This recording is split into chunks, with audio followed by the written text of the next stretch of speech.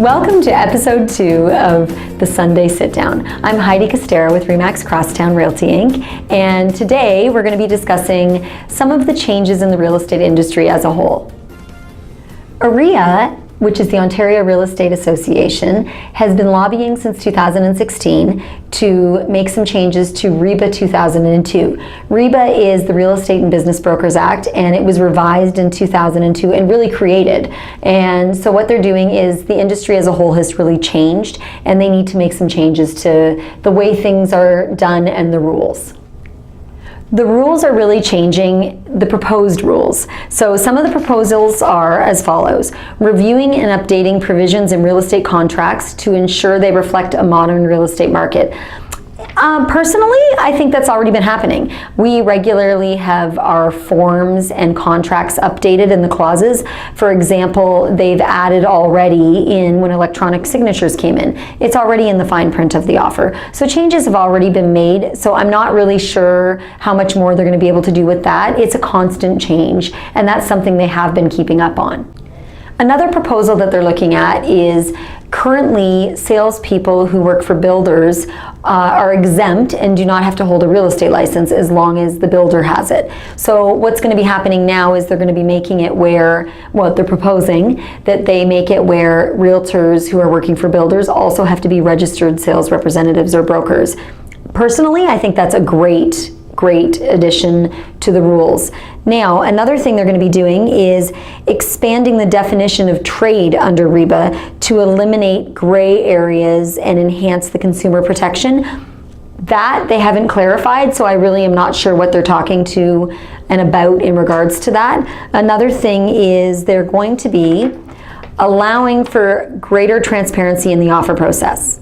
So the greater transparency, unfortunately, fortunately, there'll be two sides of the coin on this one, and I'm sure everybody has a differing of an opinion.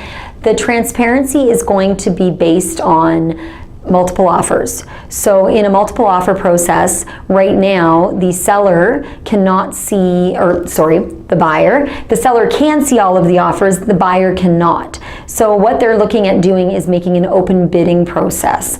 They're doing it in Australia, and it's been successful for them. But there's a lot of concerns here with regards to how they're going to be making that process possible.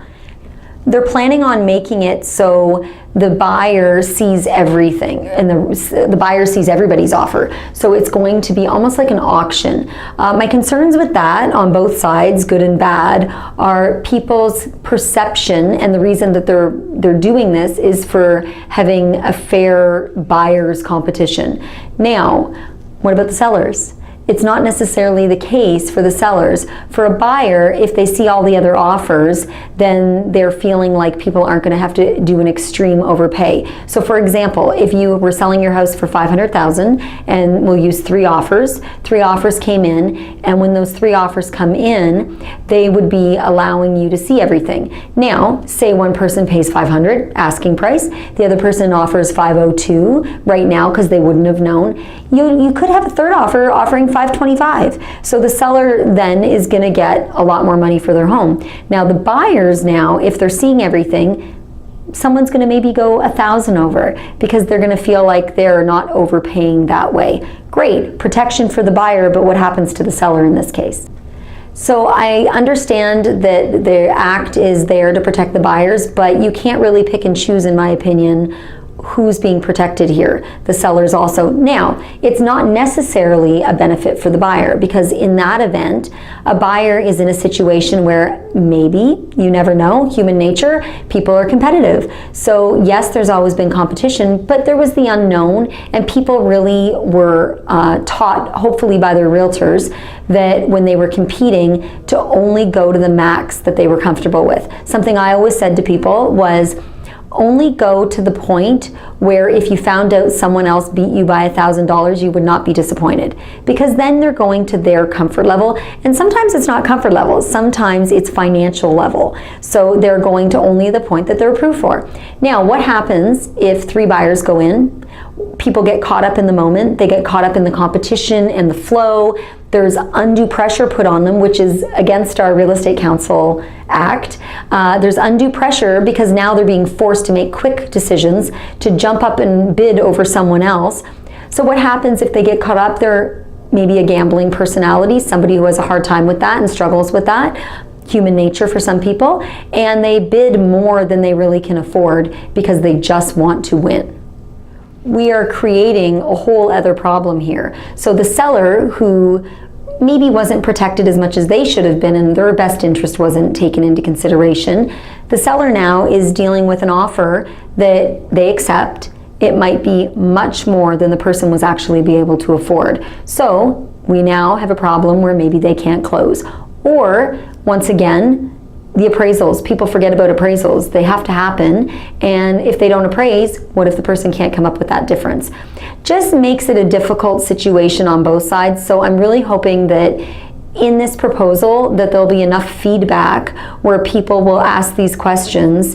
I know myself, I'm going to be trying to get involved with this as much as possible. There are forms that you can go to if you go on OREA's website, and you can voice your opinion and your concerns in these topics, and I really, really encourage you to do so because it's for the benefit of everybody.